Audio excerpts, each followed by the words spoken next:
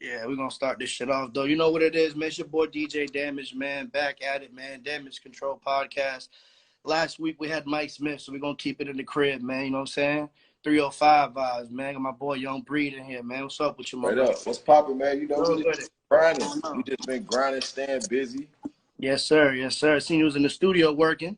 Yeah, I just left out the studio. Shout out Dame. You heard me? Shout out Dame, Jason Derulo. I just left out the studio chopping. That's fire.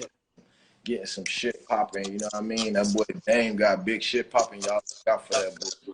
That's what it is. That's what it is. What's good though, man? We're gonna take it back a little bit, man. You know what I'm saying? This is a long time coming. You know, when I started this podcast, I wanted to get y'all on here and shit like that, you know. But time is everything, man. So here we are, man. You know what I mean? I wanna take this shit back though. Like what made you get into music, man? Man, really just you know, at first I really wanted to be a DJ.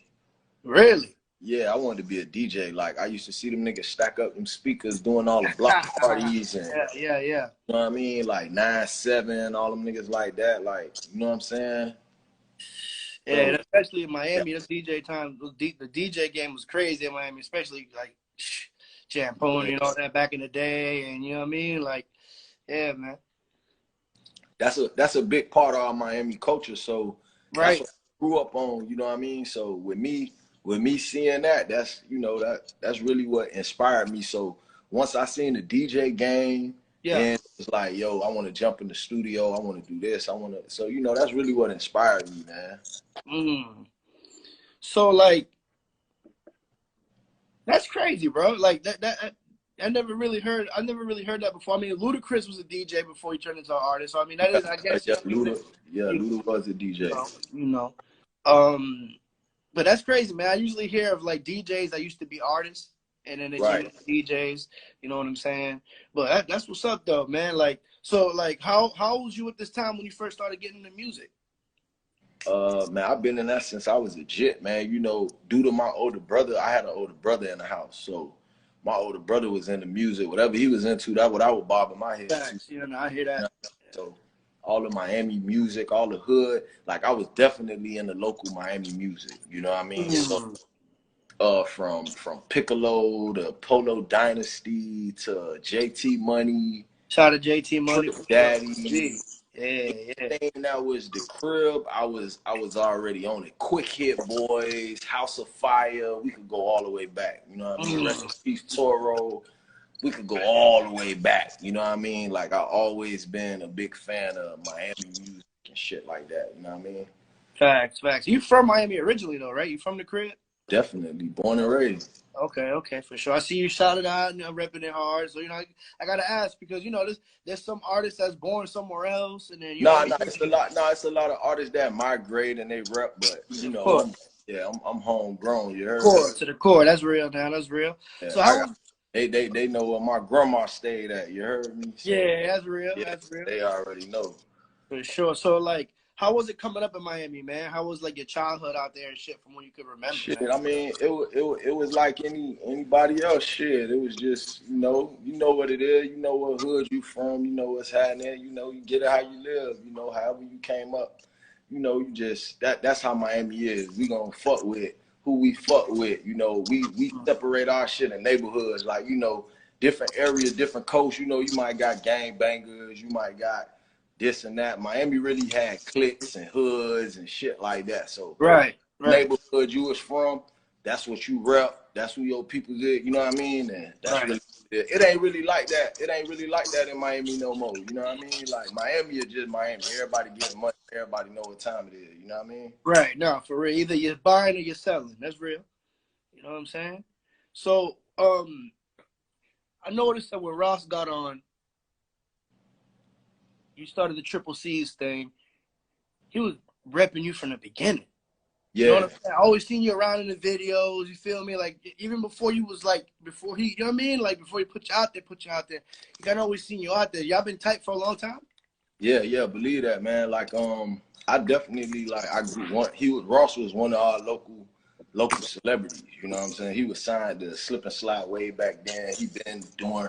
We knew Ross since Teflon Don. You know what I'm saying? Since Teflon Don. So Ross been in the streets, pumping his mixtape. So Ross been seeing me in the streets grinding, hustling my music, and you know what I mean. But Gunplay really was who brought me in. Like Gunplay Really? was like, yeah, Gunplay was who really Johnny in the Gunplay, man. studio with me, did 100 mixtapes, and was like, hey, we finna get busy. You know what I mean? So once he seen me, Gunplay, Torch, doing all type of records, it was Shot just, a torch too, yeah. I mean, he like, oh yeah, that's the little homie, y'all, you know, and you know, we from the same hood, so that's all it was. That's what it is. That's what it is. Basically helping each other out, putting each other on, and look what, you know what I mean? Yeah, Y'all yeah, are household names forever in Miami, bro. yeah, just You know some what real I'm saying? nigga shit, you know what I mean? Right. So what's your favorite record, man? I know every artist got a favorite record. My favorite record, I ain't gonna lie. The record I might listen to every day that's from Miami, I might listen to Trick Daddy Bought a Lot of Things. Yeah, that's off the Food Stamp album. I listen to that every day. Like that's church. That's church to me. I listen to that every day. That like motivation. I hustle to that. Okay. But I was referring more to like you. Like I record that my catalog. your catalog. Like what record is timeless? That's kind of hard. You know that's kind of hard because of course. I don't listen to myself like that, you know. I don't really listen to myself like that. I don't know. My favorite record, and I might. Oh, let me see. I'm gonna make you think tonight, Bree. Yeah, you making me think. It got to be my record. Like, that you featured on, whatever, nigga. You know what I'm saying? What's something that you that yeah. You know what I mean? Like every artist got that one record, bro. Man, right now I ain't gonna lie. My favorite record, probably to me right now that I'm featured on, is probably Meek Mill, The Plug, with me, him, and O'Malley. Cause when when they drop that, club go crazy. Yeah. I'm still getting checks off that song. Like I fuck with that. Facts. So y'all were mostly like a family, man. You know, I've never seen MMG like a label, man. Cause like I always seen everybody was pushing that shit like it was theirs. You know what I'm saying? Like even what you got going on, the extortion game. You know what I mean? Like I see Ross helping you push that. You know what I'm saying? I mean, you gotta really remember and think about it. Like Ross he already come from like a football background. So the way he laid out MMG was like almost like a football mentality. Like, hey, we a team. You know what I mean? Like, right. Everybody for us to score a touchdown. You know what I mean? So right. I already had that mentality when we popped off. So that's what it was. Everybody was just close knit. You know what I mean? Right, yeah, that's what I'm saying. Like we never really get to have these one-on-ones and shit like that. So you know what I'm saying? It's always good to bring up stuff that you always seen for the longest, man. You know what I mean? And that's one thing you could always respect as a solid label because he put you all like. I mean, I don't say him. Y'all all did y'all thing, but like y'all all put each other on. And y'all are all household names to this day. Everybody, you say MMG, you think Breed, think Gunplay, Meek. You know what I'm saying? Like nobody really gets left out. Because everybody got key records that, you know what I mean, that keep themselves relevant. Yeah, man. What you got coming up? Right now, I'm working on EP. Like I said, I was just in the studio with Dame, man. Shout out my young nigga Dame. You heard me, Dame out there boot. He turning up right now. So I was just in there putting an EP together with him. I'm working on a couple of EPs for myself. You know, I'm just in the studio cooking, man. Working, man. We outside again, so you know what I mean? It's time. Outside back open, so you know we finna go flood the streets right now. How was COVID for you? How'd you adapt? I mean, shit, it was great. It was great. I feel you, bro. I love to get away from you know what I mean? It was a chance for everybody to sit down regularly. I think it was a fresh restart for everybody, you know what I mean? Exactly how I see it. You know what I mean? Like it just gave and you know one thing about it showed who can keep themselves relevant and who can fade away. Straight up, like we hustled the whole time, the whole COVID. You know what I mean? We got car washes, we opened up our smoke shop, you know what I mean, barber shop, our studios open. We hustled the whole time, you know what I mean? Facts. No, right. And you know, like even during COVID, I started this podcast, man. You know what I'm saying? And now we're 24 episodes in, man. You know, this everybody got to hustle. That's all it's about. Ain't nobody gonna sit on their ass. You know what I mean? That's right. And like, you could either, like I always say, you could either take advantage of the time, or you just wasted the time. Basically, you let the time take advantage of you. You know what I'm saying? So you mentioned some of the artists that you know what I'm saying, like you listen to. Like, who were some of your influences like coming up? All the Miami artists I mentioned, you know what I mean, like the TWDs, the Rosses, the Pitbulls. Pitbull, shout out to Pitbull, man. Like, I was definitely I was inspired from the South, you know what I mean? Like, I listened to a lot of Phil Mob, I listened to a lot of Outkast, 8 Ball and MJG, Legend. All the Swab House records, you know what I mean? Like that, I was heavy on the South shit. I really got on to I got on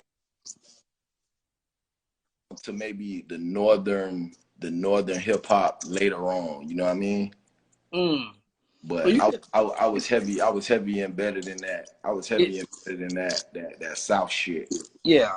Like even when like you're on your verses, you're more lyrical than like the average South artist. I noticed that too. So now that you said some of the North music, you know what I mean, influenced you, I can tell that. Yeah, I got into it. You know what I mean? Actually rapping. You know what I mean? So So besides the music, you got anything? You got like anything else that you're working on outside of the music? Maybe. Man. I told you we just ventured off. We opened up our smoke shop, man. Smoking celebrity, you know what I mean? We just introduced our new strands to the streets. I got my Young Breed OG strand. We got Capo OG. So I just dropped a few things. I'm working on a lot of things, you know what I mean? That's dope, man. That's what it is, brother. Yeah, definitely when I go down to the crib, I got to come check you, man, and come check out the spot. Yeah, pull up, man. You welcome, man. 24 hours, we don't stop. Bro. Yes, sir. You already know, man. So let the people know, you got any artists that you're pushing? You still fucking with Soulja? Yeah, so Poochie on fire right now. Shout out to Soulja, man. Soulja living true, man. I've been working his records every record you send me, man. Poochie just embedded his new label, Soulja Living True. You know, he just dropped his shit. Blackie Chan, he popping right now. Blackie Chan just dropped 10 videos during the pandemic. That's fire. You see what I'm saying? You know what I mean? Dang, you know what I mean? Like I say, I'm fucking with all the new young artists that's popping right now. And that's what you're supposed to do, dog. That's what you're supposed to do. The OGs are supposed to put the YGs on and get behind them, man, and show them the game the right way. Because it was taught you the right way. You know, all the young street niggas turning up right now, man. We fucking with it. I want to see the whole crib on fire. You feel me? That's fire. That's what it is, man. For sure. I don't know, man. Jimmy Butler got to. I don't know, man. That boy got to tighten up, man. You know they gonna get right, man. We just scratch the shit out. What the series is? What we 1-3 right now? Yeah, man. That's all right. We gonna close that up. We gonna close that up. But you know what though? Who the fuck thought the Heat would be there right now? That what I'm trying to tell you. So when we win, they're gonna be a lot of young niggas. A lot of young niggas and Jimmy Butler. When we win the finals, they're gonna be saying the same thing. You heard me? Listen, bro. Not for nothing, but I hope you put a big ass bag behind that, because that ain't turns around, boy. You good? Hey, I'm fucking with that. I got a big bag on that, man. Yes, sir. Yes, sir. But nah, shout out to the Heat though, regardless, man. You know what I'm saying? The fact that, you know, they was able to keep the shit going after the pandemic and everything. Shout out to UD. You heard me? UD. That's the OG over there. You heard me? That's the heart of the Heat. I don't give a fuck what nobody say, man. Shout out to Pat Riley and UD, man, for sure. Yeah. For sure, man. You know what I'm saying? But anything you want to let the people know, man, anything you got, you know what I mean, coming up besides the music, anything you want the people to know? Man, I just want them to stay tuned, man. Y'all follow me. Y'all hit me up, YBMMG. Y'all hit my Twitter, @YoungBreeCCC. Y'all come through. Y'all hit my smoking shop up, Smoking Celebrity Uno. We turned up right now. Y'all know what it is. Yes, sir. I know you glad everything's back open. The office back open. Shit back open. You know what I mean? I ain't even kicked down none of the doors yet. So when I step through, they already. I know you're ready, nigga. Yeah, they already know. Yes, sir. Yes, sir. But shit, you already know, man. Like I said, when I touch down in the crib coming up, man, we definitely gonna link up, man. You know what I mean? And Breed, I appreciate you coming out here, man. Any shout outs you want to give before we get up out of here, man? You already know, man. Shout out to the whole crib, man. 305 Dade County. You already know, man. The streets, man. This what it is. It's for the streets. Yes, sir. Speaking about the streets, man, we got a mixtape we put out together, man, with Frank Lenny, man. That shit hit over 100,000 in the first 2 weeks. Shout out to Frank Lenny. Shout out the whole Stand 239. Y'all stand up. They already know what it is. Yes, sir. Nothing but love, my brother. But shit, Breed, I appreciate you coming on here, man. This Damage Control podcast, man. Shout out to Hip Hop Everything. Shout out to Duke Clothing. You know what I'm saying? This episode 24, man. Breed, nothing but love, my brother. You already know what it is. Bang. Yes, sir.